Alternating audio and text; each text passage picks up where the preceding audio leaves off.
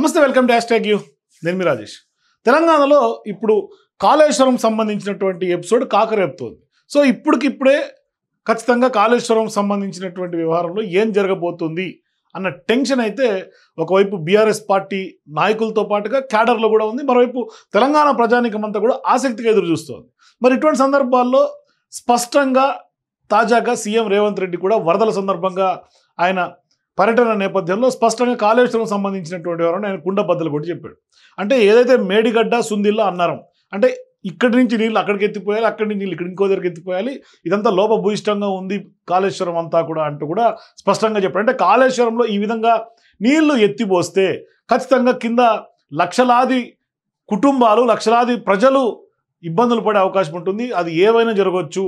అంటే కాళేశ్వరం మొత్తం పిల్లర్లకు ఏమన్నా జరగచ్చు. ఆ నీళ్లు కనుక ఫ్లో వస్తే ఊర్లే కొట్టుకుపోతాయి అంటూ కూడా సీఎం రేవంత్ రెడ్డి చేసినటువంటి వ్యాఖ్యలు ఇప్పుడు సోషల్ మీడియాలో తీవ్రస్థాయిలో దుమారం రేపుతుంది. మరోవైపు ఈ అంశంపైన ఇప్పటికే కాళేశ్వరం సంబంధించినటువంటి పీసీ ఘోష్ కమిషన్ రిపోర్ట్ కూడా ప్రభుత్వానికి ఇచ్చినటువంటి నేపథ్యంలో ఇప్పుడు మేము ఏం చేస్తామన్నది కూడా అసెంబ్లీలో చర్చ జరిపిన చర్చలో తర్వాత మీకు అన్ని విషయాలు తెలుస్తాయి అంటూ కూడా సీఎం రేవంత్ రెడ్డి చెప్పారు.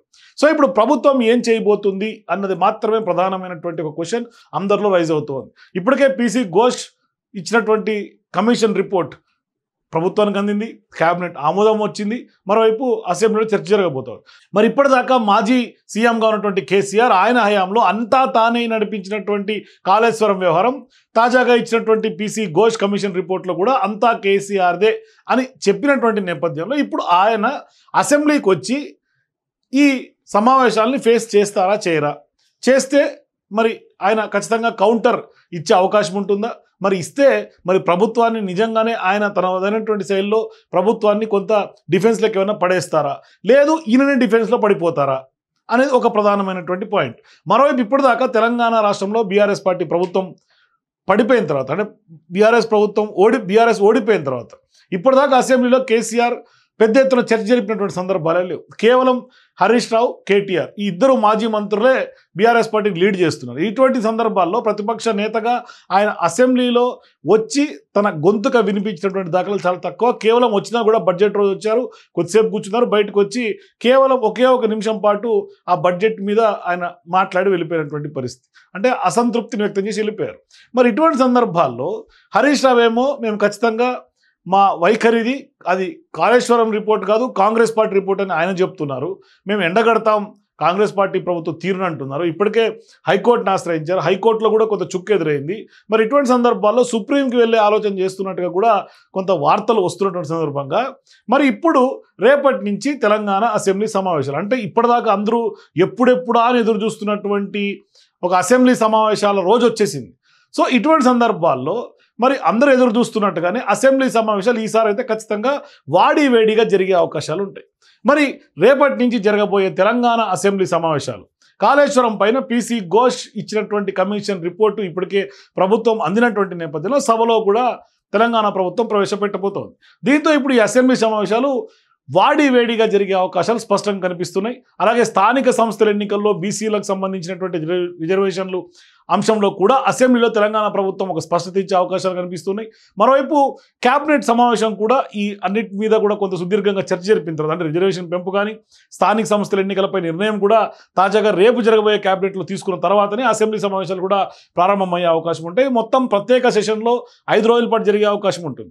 సో ఇప్పుడు ప్రధానంగా ఎజెండాలో ఉన్నది మాత్రం మనకు తెలిసినటువంటి సమాచారం కాళేశ్వరం, స్థానిక సంస్థలకు సంబంధించినటువంటి ఎన్నికలు. కానీ ఇప్పుడు వరదలు కూడా అతలాకుతలం చేసినటువంటి నేపథ్యం. ఒకవైపు కరీంనగర్, ఉమ్మడి మెదక్, ఉమ్మడి నిజామాబాద్, కామారెడ్డి ఇట్లా చాలా వరకు ఉత్తర తెలంగాణ మొత్తం కూడా పెద్ద ఎత్తున అతలాకుతలం చేసినటువంటి నేపథ్యంలో ఇప్పుడు ఆదిలాబాద్తో సహా మరి ఈ వరదలకు సంబంధించి ప్రభుత్వం కూడా కొంత దాని మీద కూడా కొంత ప్రభుత్వాన్ని ఇరుకుని పెట్టే ప్రయత్నంలో ప్రతిపక్షాలు ఎట్లాగూ కొంత గలమెత్తే అవకాశాలు ఉంటాయి. మరోవైపు ప్రభుత్వం కూడా ఇప్పటికే CM Revanth Reddy aerial survey చేశారు.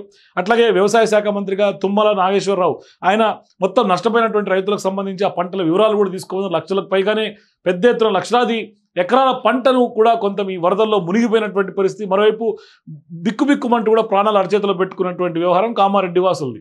సో ఇటువంటి అన్ని సందర్భాలు కూడా అసెంబ్లీలో చర్చకు వచ్చే అవకాశాలు ఉంటాయి. ఎటు తిరిగి ఇప్పుడు అసెంబ్లీలో కాళేశ్వరం సంబంధించే కొంత హాట్ టాపిక్గా మారుతోంది. మరి ఇప్పుడు మాజీ సీఎం కేసీఆర్ ఖచ్చితంగా మరి అసెంబ్లీకి వస్తారా, వస్తే ఎటువంటి చర్చ కొంత జరిగే అవకాశం ఉంటుంది.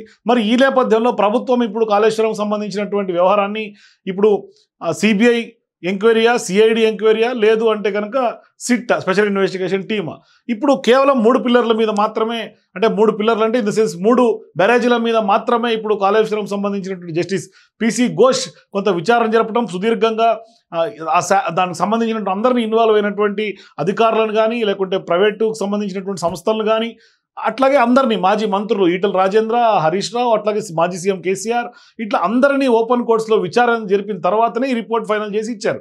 మరి ఇటువంటి సందర్భాల్లో ఇప్పుడు ఆ రిపోర్ట్లో ఉన్నటువంటి అంశాలను కొంత ప్రవేశపెట్టి ప్రభుత్వం ప్రజలకు, అట్లాగే అక్కడ ఉన్నటువంటి ఎమ్మెల్యేలందరికీ కూడా కాపీలు ఇచ్చి ఎక్స్ప్లెయిన్ చేసే సందర్భంగా మరి ఆ రిపోర్ట్ని ఏ విధంగా వీళ్ళు స్వీకరించే అవకాశం ఉంటుంది? మరి బీఆర్ఎస్ పార్టీ వాదన ఏంటి, ఏ విధంగా వినిపిస్తారు? మరి ప్రభుత్వం ప్రవేశపెట్టిన తర్వాత సుదీర్ఘంగా ఆల్ పార్టీ ఎల్పీ లీడర్స్ అందరూ కూడా చర్చలు జరిపి, మరి అన్ని పార్టీలకు సంబంధించినటువంటి ఎమ్మెల్యేలు కూడా ఆ చర్చలో పాల్గొని ఎవరెవరి అభిప్రాయాలు ఏమేమి చెప్తారు? ఎందుకంటే ఇప్పుడు సీఎం రేవంత్ రెడ్డి తాజాగా చేసినటువంటి వ్యాఖ్యలు కూడా బీఆర్ఎస్ పార్టీ సోషల్ మీడియాలో ట్రోల్ చేస్తోంది. అంటే కాళేశ్వరం రిపోర్టు ఏదైతే జస్టిస్ పిసి ఘోష్ కమిషన్ ఇచ్చినటువంటి రిపోర్టు కూడా మేమే ఇప్పించామని కూడా మార్ఫింగ్ చేసి మరి ఇప్పుడు దాన్ని వైరల్ చేస్తున్నటువంటి నేపథ్యం మనం చూస్తున్నాం. సో తాజాగా దాని అసలు విషయంకి వస్తే ఆయన ఖచ్చితంగా రేపు అసెంబ్లీలో ఆ రిపోర్ట్ను ప్రవేశపెట్టి మేము దాని మీద ఒక క్లారిటీ ఇస్తాము, మీకే తెలుస్తుంది అంటూ కూడా సీఎం రేవంత్ రెడ్డి చెప్పినటువంటి నేపథ్యంలో ఈ 5 రోజుల ప్రత్యేక సమావేశాల్లోనే మొత్తం క్లారిటీ వచ్చే అవకాశం ఉంటుంది. సో ఇప్పుడు ఒక రకంగా కేసీఆర్కి కొంత ఆందోళన ఫామ్ హౌస్లో కనిపిస్తోంది. మరో ఇప్పటికే ఆయనకు అనారోగ్య సమస్యలు కూడా ఉన్నట్టుగా కొంత కనిపిస్తోంది. తాజాగా కూడా ఆయన కొంత అనారోగ్యం పాలైనట్టుగా కూడా వార్తలు వస్తున్నటువంటి సందర్భంగా మరి అనారోగ్యం పేరు చెప్పి అసెంబ్లీకి మరొకసారి కేసీఆర్ తప్పించుకుంటారా, లేదు అంటే ఇప్పుడు కాళేశ్వరం పైన ఆయన వచ్చి చర్చలో పార్టిసిపేట్ చేసి తన చిత్తశుద్ధిని ప్రూవ్ చేసుకుంటారా, లేదు అంటే మళ్ళీ డుమ్మానే కొడతారా? మరి ఏం జరగబోతోంది? మరి ఆయన అసెంబ్లీకి వస్తారా, డుమ్మా కొడతారా? మీ అభిప్రాయాలు కింద కామెంట్స్ తెలియజేయండి. For more videos please watch #.